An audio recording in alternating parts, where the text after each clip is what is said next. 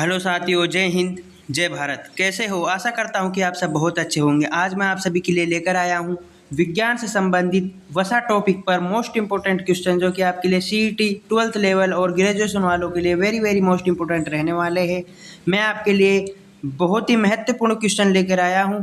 Completely पूरा video को watch करें और एक भी क्वेश्चन को मिस ना होने दें। आप सभी का स्वागत है खान सर अलवर जीके में। बढ़ते हैं अपने क्वेश्चन की ओर। अपना पहला क्वेश्चन हो जाएगा साथियों, वसा क्या होती है?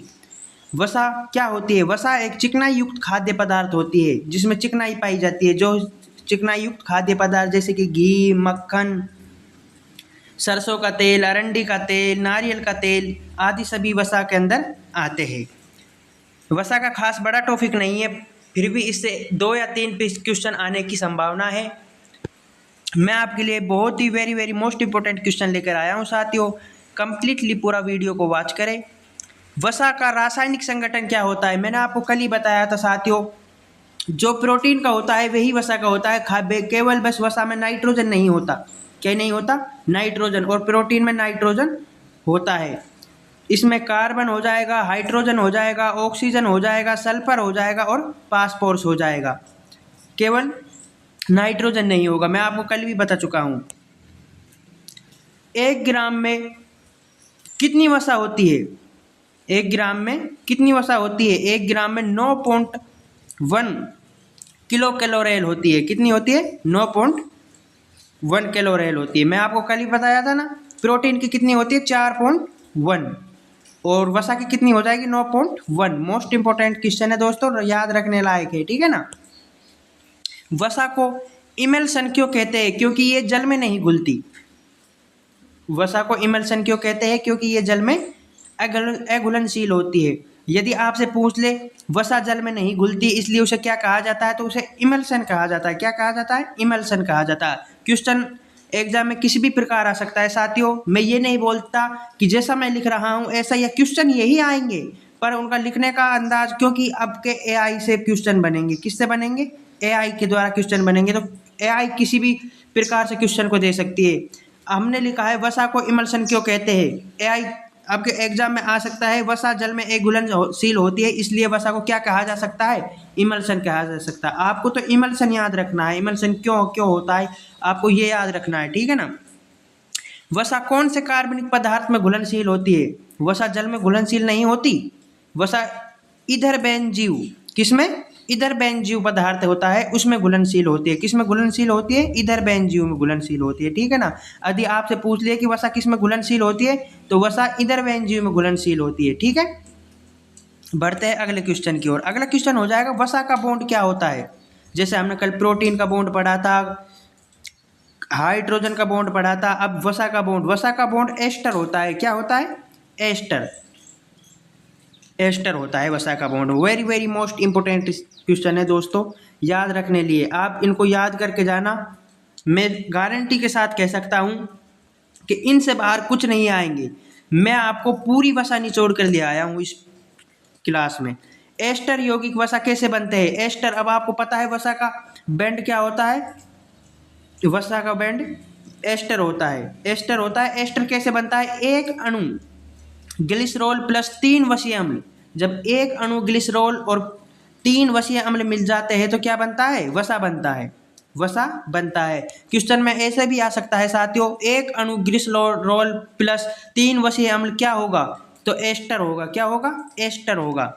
बढ़ते हैं अगले क्वेश्चन की ओर। वसीय अम्ल होते हैं। वसीय अम्ल होते हैं। वसीय अम्ल आवश्यक वसीय अम्ल होते हैं, लिनोलेनिक अम्ल होते हैं, लिनोलिक अम्ल होते हैं और एर्किडोनिक अम्ल होते हैं। ये 4 होते हैं। कौन कौन से होते हैं? ये 4 होते हैं साथियों। आप इनको कंठस्थ याद कर ले। अगर हमारी वीडियो अच्छी लगे तो वीडियो को लाइक शेयर सब्सक्राइब करना ना भूलें। बढ़ते हैं अगले क्वेश्चन की ओर। सरल वसा के कितने प्रकार होते हैं? सरल वसा, तो वसा के 3 प्रकार होते हैं। कौन कौन से? सरल वसा, संयुक्त वसा और व्युत्पन्न वसा। 3 होते हैं ना। तो सरल वसा के 2 प्रकार होते हैं, संतृप्त वसा और असंतृप्त वसा। संतृप्त वसा का जो सूत्र होता है वह C बराबर C होता है। जो असंतृप्त होता है उसका डबल C बराबर C होता है साथियों। आप बोलोगे कैसे? क्योंकि जो संतृप्त होता है, जो संतृप्त होता है ये ठंड से जम जाता है। किससे जम जाता है? ठंड से जम जाता है। और जो ये असंतृप्त होते हैं ये ठंड से नहीं जमते। जैसे कि संतृप्त में तो कौन कौन से आ जाएंगे अपने, घी आ जाएगा, नारियल का तेल आ जाएगा। और असंतृप्त में कौन कौन से आ जाएगा? असंतृप्त में आ जाएगा अपने सरसों का तेल आ जाएगा, अरंडी का तेल आ जाएगा, जो कि चिकने तो है परंतु ठंड से जमते नहीं है। सरसों का तेल कभी जमता नहीं है साथियों।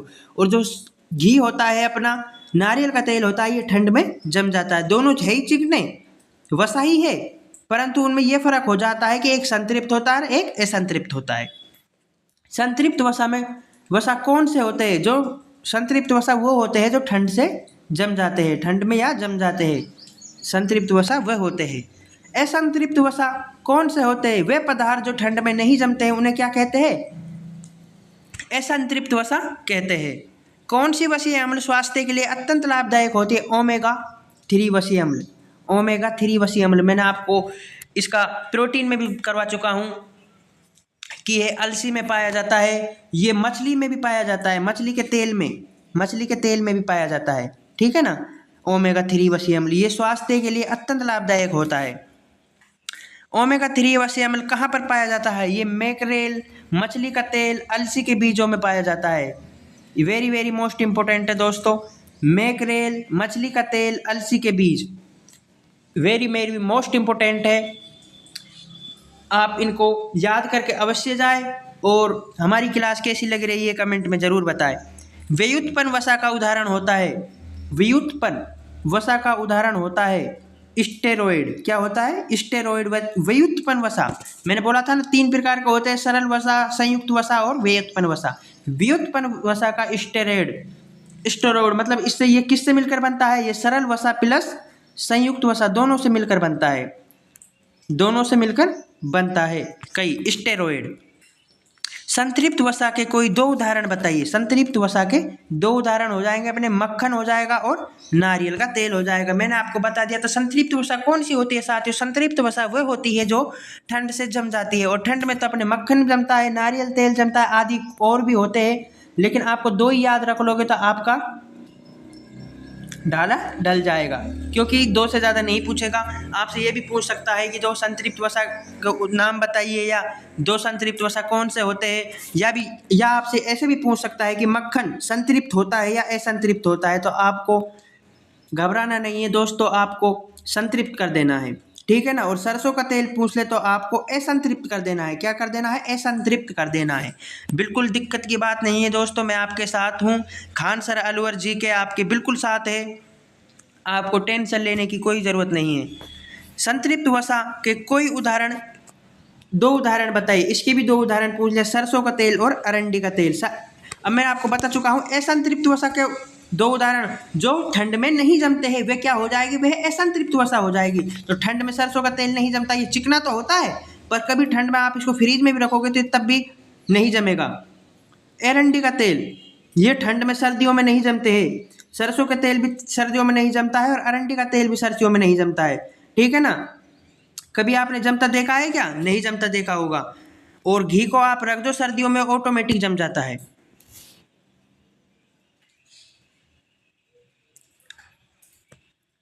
अगर आपको हमारी वीडियो अच्छी लगे तो लाइक शेयर सब्सक्राइब करना ना भूलें। जय हिंद, जय भारत।